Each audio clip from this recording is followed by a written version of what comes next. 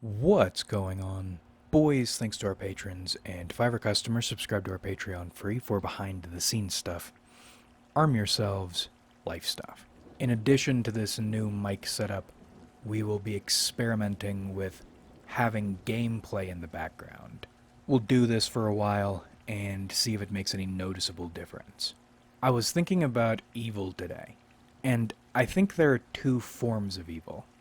On the first level, you have mortal evil, or human evil, wherein which people do humanly negative, humanly motivated things to one another toward human ends and with human reactions. And human evil is interesting because of how socially constructed or socially circumstantial it is. And I think there is sometimes overlap between this natural evil or human evil and unnatural evil, but that's more happenstance. But we will get to that. Mortal evil is pretty easy to recognize and understand. Basically, boiling it down as far as I can, you do things to other people you wouldn't want done to you for some sort of gain on your end, whether that is material gain or gratification. And those standards can change person to person, certainly culture to culture.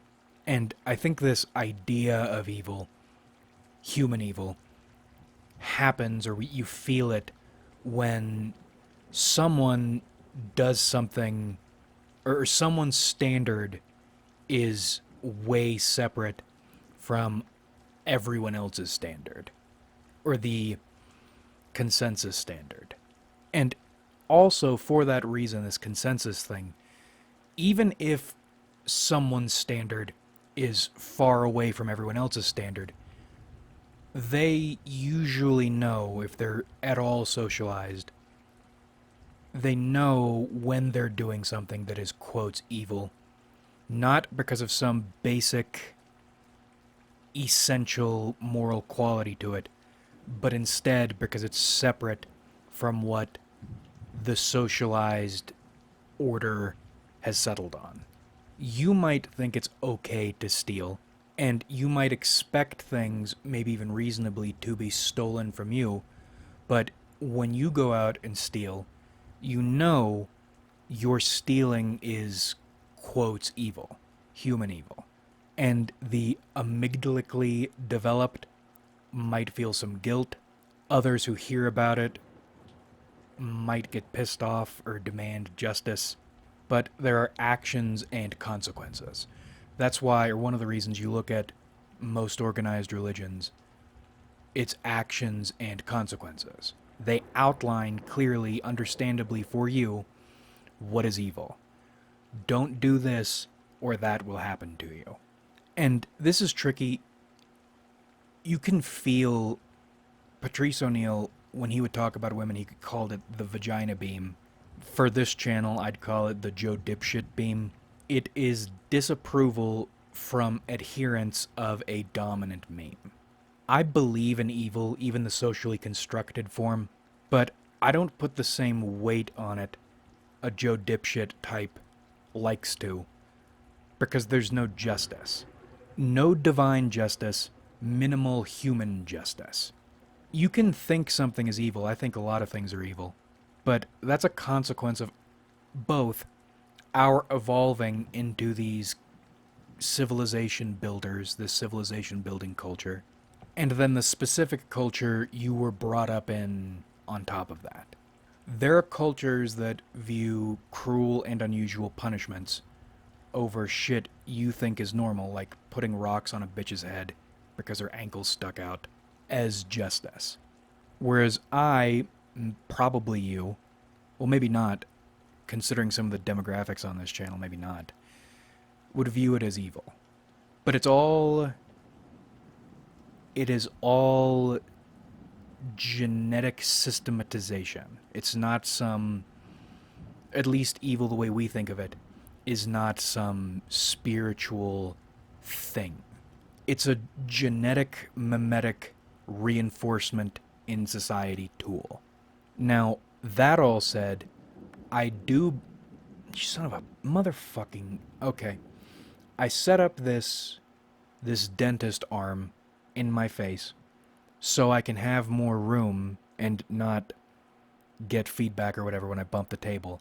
But now I can't talk with my hands correctly. I do believe in a spiritual evil, but it's not what we think it is, and this unnatural evil doesn't make a lot of sense. We talk often about righteousness and instinct, your internal guiding voice that will at least try to help keep you on track, and it'll have no basis in reality, or there's no way you can piece together where it's coming from or what it's pushing you toward. But you know, even if it ends terribly, from your point of view, that is the thing you need to be doing. And I view that as deep intuition. I view it as divine guidance, whatever deity you follow. Maybe you don't realize you're following it. Regardless, it comes from within. It is a singularity within you. You can feel unnatural evil via a similar mechanism, but it's external. And you know you are around unnatural evil, or you are engaging in unnatural evil, even if you don't understand what is evil or why it's evil. You can feel it because it feels like a presence or an awareness slowly fading into your vicinity. You can feel it. It feels heavy, it feels wet, it feels dark, it feels organic, and it feels aware. It feels like you are being watched from everywhere and nowhere at the same time. And I don't know what this thing is. It feels predatory because, well, that's the other thing. I put this in the notes. If you are someone who feels guilt, according to human evil or mortal evil, you do something traditionally evil and you feel guilty. And guilt is its own weird negative feeling. Fear is an element of guilt, but guilt is like fear's child who grew up into its own thing. Guilt is its own emotion. Whereas when you are around or you're engaging in unnatural evil, you feel fear. You feel afraid of what you're seeing or what you're doing. You feel like prey because this predatory presence is now observing you. But the thing is, on one hand, yes, it feels like a predator. It feels like it's here to get you. On the other hand, it feels like it is an audience or it's standing alongside you. You feel painfully alone when you are being righteous. You feel crowded when you are doing unnatural evil. Crowded by one thing. And I don't know what that is. That,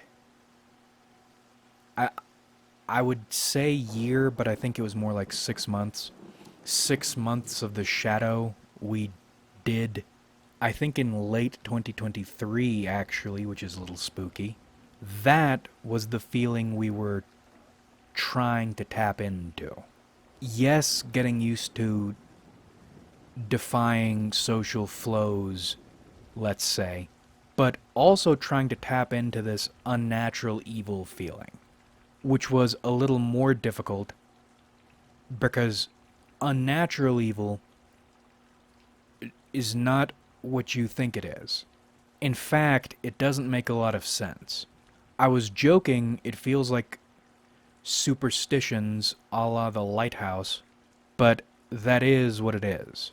Example.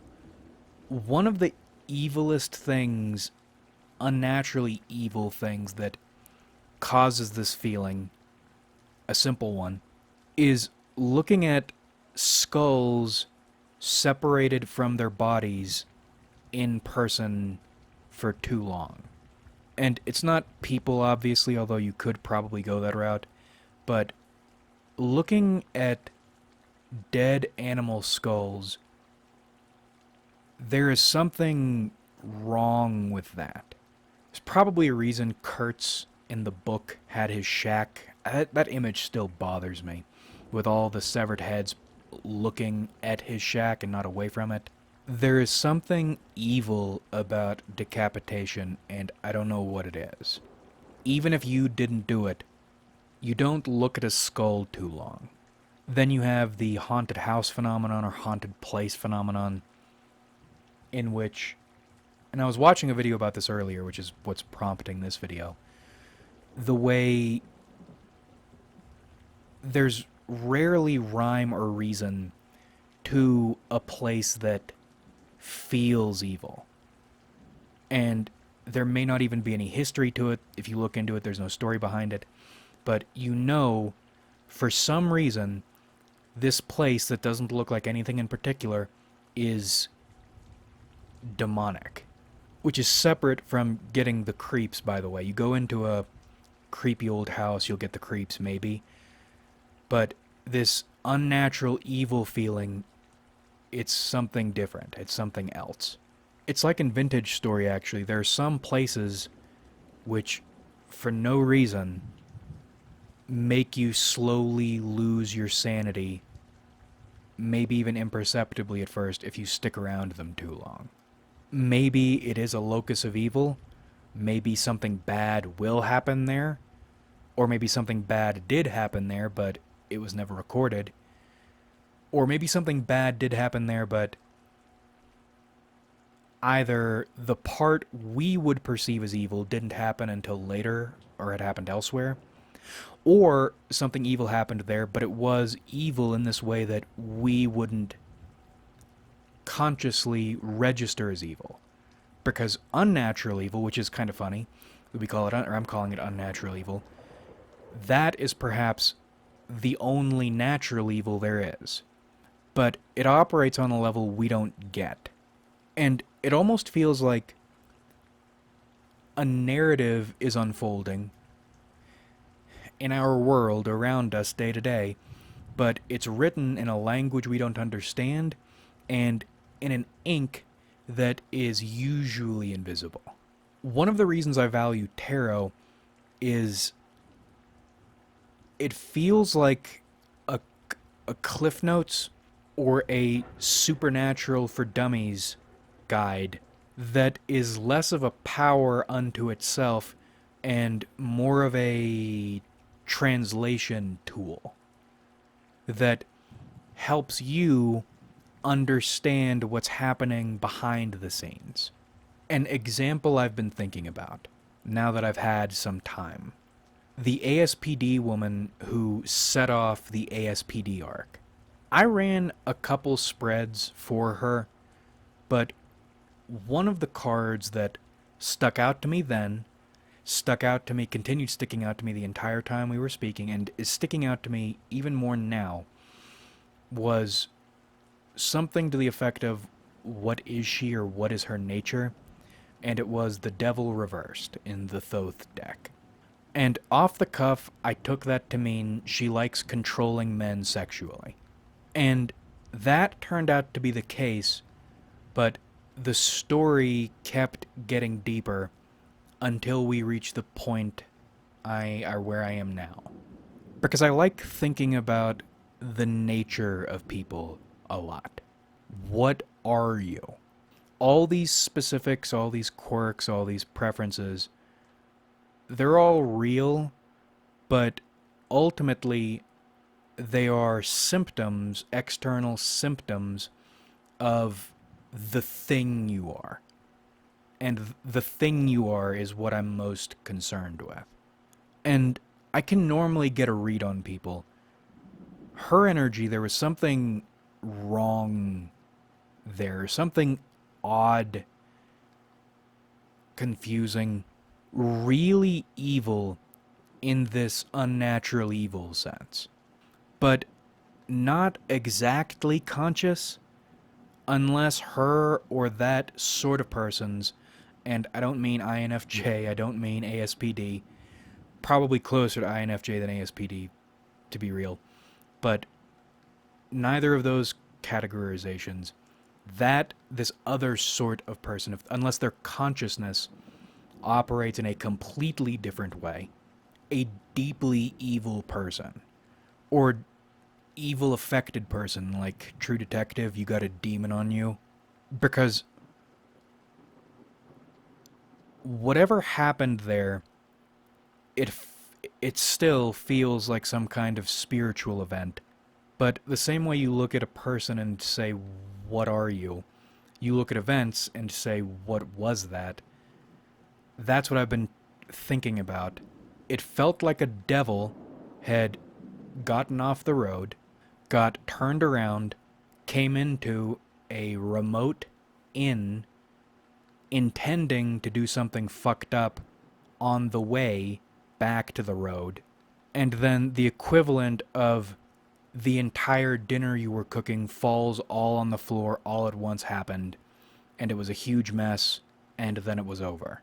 Big evil mess, which you should be happy about because nobody's dead, but that road, that evil road, there's death somewhere on there. Someone on that road is gonna die, and be thankful it's not you. But thinking about all that, reviewing the tapes from a third-person perspective, looking in at the inn from the outside, you get the same feeling. You are unable to understand why, but you can feel why. And maybe this isn't helping my case. Maybe this is all a huge play-up to disguise prejudice. I get the same feeling around severely mentally ill people. And especially they're it's always the same sort of person. Dead behind the eyes happy caretakers. On the social level, on the paperclip level, on the We Love Ukraine level. What a tragic situation this mentally handicapped person is in, and their caretakers are such good people. What a big soul they have. Why can't more people be like that? And then I post some pictures of guts or something. On the Skimmerlit level, on the left-hand path level, there is something wrong with both of those people, and I don't want them anywhere near me. I want to run away from them. You see a skull and you feel like you should bury it. You see a color-coded chores wheel and you want to bury everyone involved with that. And I'm playing, but I'm also not playing. Those little squads always make me feel existentially uncomfortable. And I should say not all, because not all do, but most do. Buildings can feel that way. Some liquor stores feel that way. A lot of churches feel that way, and that's not strictly shade throwing. Churches are really uncomfortable places.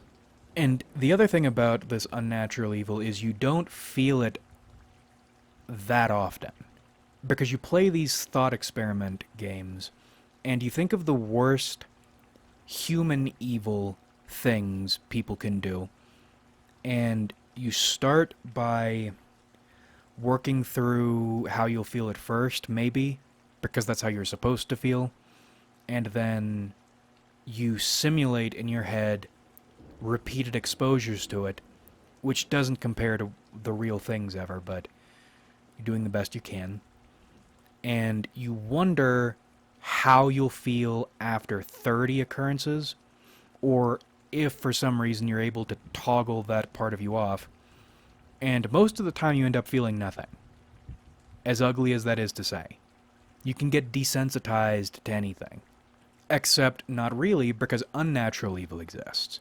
You can get desensitized to human evil if you're engaging with something only on this human evil level. The problem is unnatural evil is like a fish swimming just below the surface of a pond. You never know exactly where it is, but you know it's there, one, and you know it could hop up and bite you, two. You never know when you'll get or why you'll get consumed with this supernatural fear, and you'll feel like someone or something is there with you, something is watching you, and it makes no sense. You can try to come up with reasons. I mentioned prejudice earlier. Another way to look at it would be things on a genetic level you want to stay away from, as in with the skulls. There is a biological germ factor there. But I think even those better patterns or more consistent patterns in this unnatural evil are just that. Humanly constructed or human constructed patterns. Because that still doesn't make any sense about why certain locations will feel evil, or why out of nowhere the energy in a day will drop to rock bottom. Encountering unnatural evil feels like entering the wrong classroom. Except you get there via a backroom sort of fashion, in which you're not there, and then you are there. And then unnaturally evil people, there is, on one hand, there is not a rhyme or reason to them. On the other hand, some of them, there is a rhyme or reason to them, but they are not on any frequency, they are not tuned into any frequency that is remotely close to anything you deal with or have seen.